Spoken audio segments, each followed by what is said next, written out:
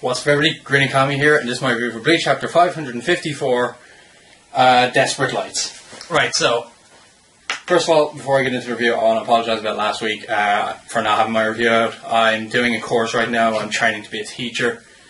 So, I was just given to work last week on that day of the review, so I had to do a few hours work of it, so...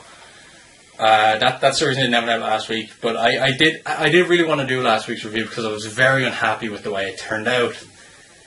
I did not really like the chapter last week, and I thought maybe last week I could get to, rant a bit on camera, because I never get to do that, but, maybe another time. Hopefully not, though, because, Bleach is awesome.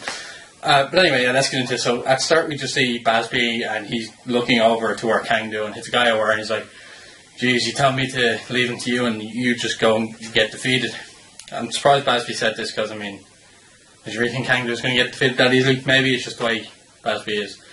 But we see that's just one page, and then we see all the other Quincy's who stole Bankai. You can just see them losing it.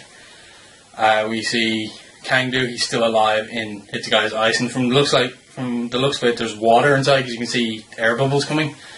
Bambietta's just looking at her as if whatever. Asnod's just looking up, and then BG9 has half his face gone off. So yeah, And then we move to Juhabak and Uryu, and finally it's him again.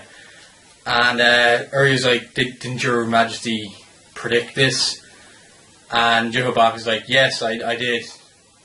And then it changes over to Bambietta, and she's there, destroying shit and all that. And I really love this part of the chapter because Bambietta is my favourite Stern Ritter. But I'm also very worried about her at this point now. Because she's just blowing shit up, bang, bang, whatever.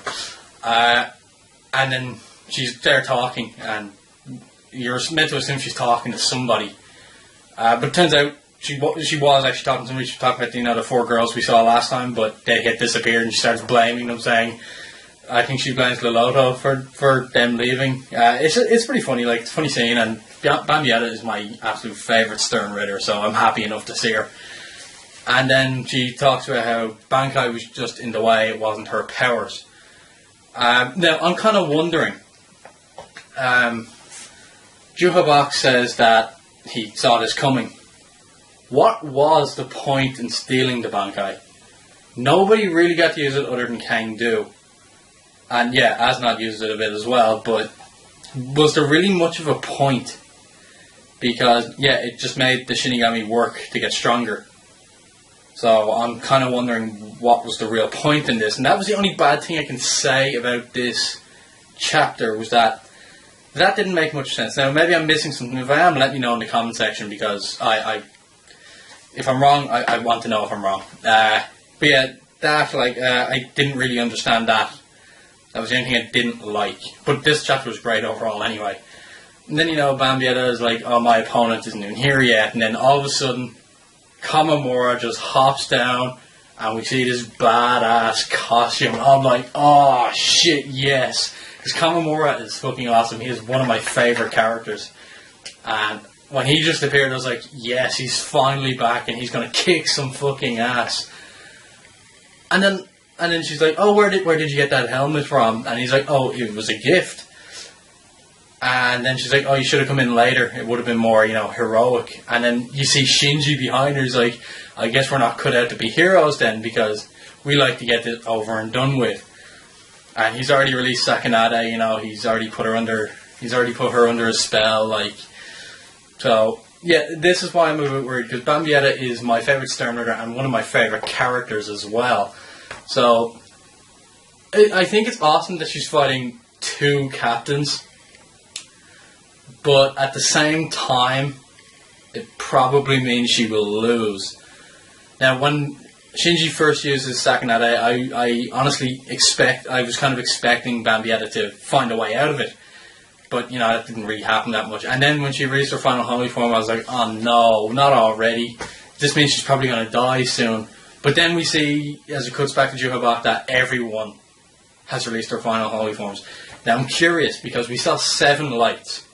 Now, of the ones currently fighting, we have BG9, Kangdo, and Bambietta. Oh, and Hashwald.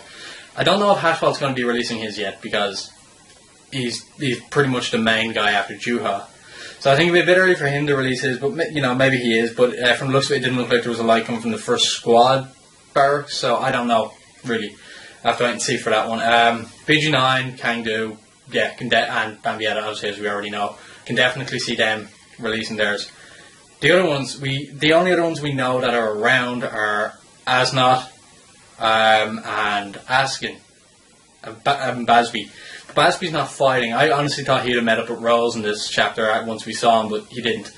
Asnot, I don't think Byakuya is ready to fight him yet, because Byakuya did state when he was in the Royal Palace that he wasn't as strong as he should be just yet. So he'll probably stay up there, get stronger, and arrive down the Soul Society and help out. So I don't think Asnot will fight him yet. I think Asnot may possibly fight Rukia and Renji first.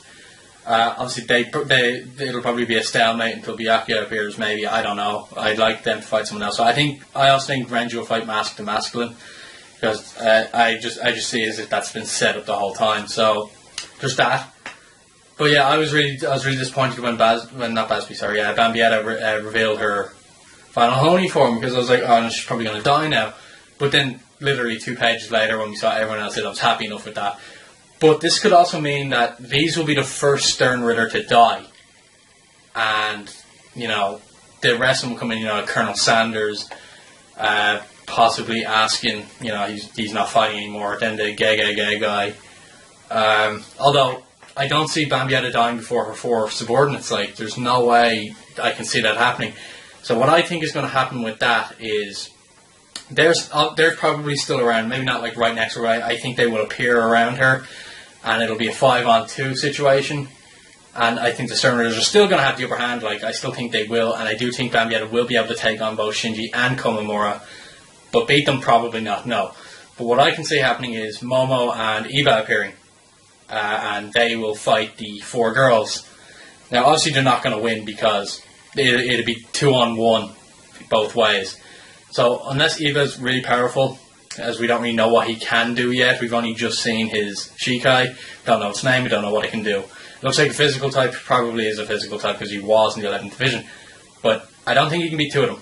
Same with Momo. I'm a huge Momo fan, like she's my favourite female character in Bleach, but there's no way she can take on 2 of them. She'll probably take on 1. That was my phone, sorry.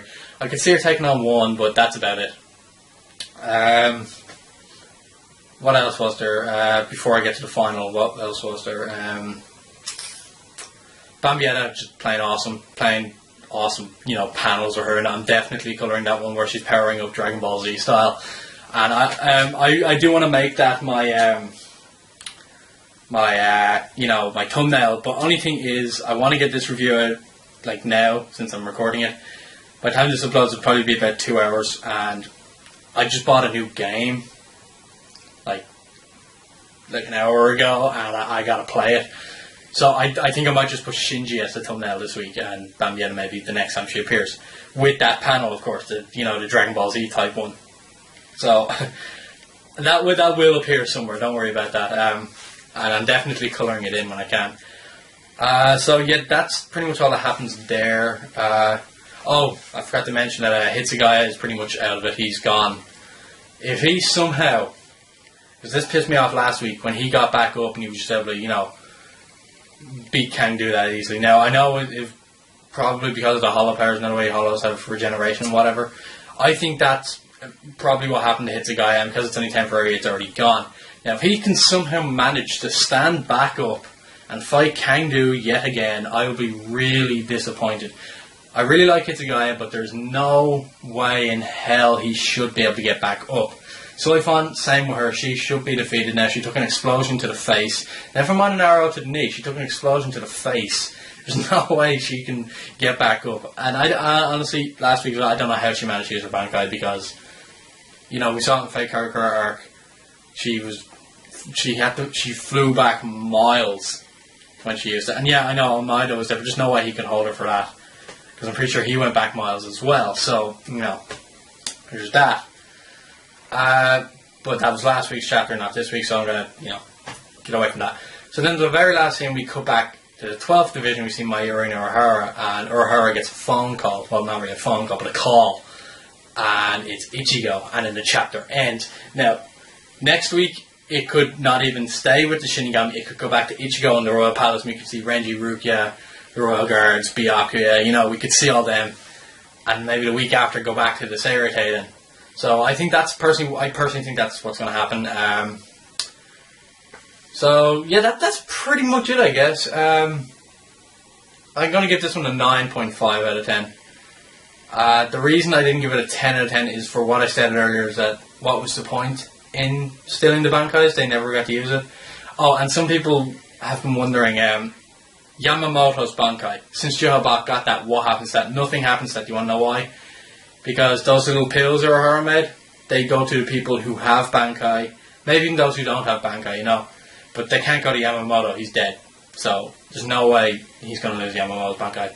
But this means that the pills that Urahara made can go to the Royal Realm, because Byakuya must have touched it if Asnot is losing his Bankai. So yeah, so it makes sense. So maybe Byakuya's ready to fight now, we don't know, he could be. Kind of hope he's not. But yeah, out of the 4 Stern Ritters that stole the Bankai, I do personally believe that the strongest are Bambietta and Asnot. Now, a lot of people seem to think that the letters are their rankings. I think it was stated at one point that it wasn't. Now, I'm not 100% sure, and I'd be perfectly fine with it if it was, because that would mean Bambietta, my favourite Stern Ritter, is the 6th, if you include Uryu, strongest Stern Ritter, and I'd be well happy with that, which means I have no doubt she could probably take on those 2 captains alone. Yeah, that's about it. So 9.5 out of 10. Sorry again for not having it out last week, but thanks for watching this week anyway. It's Grinikami. I'll talk to you later.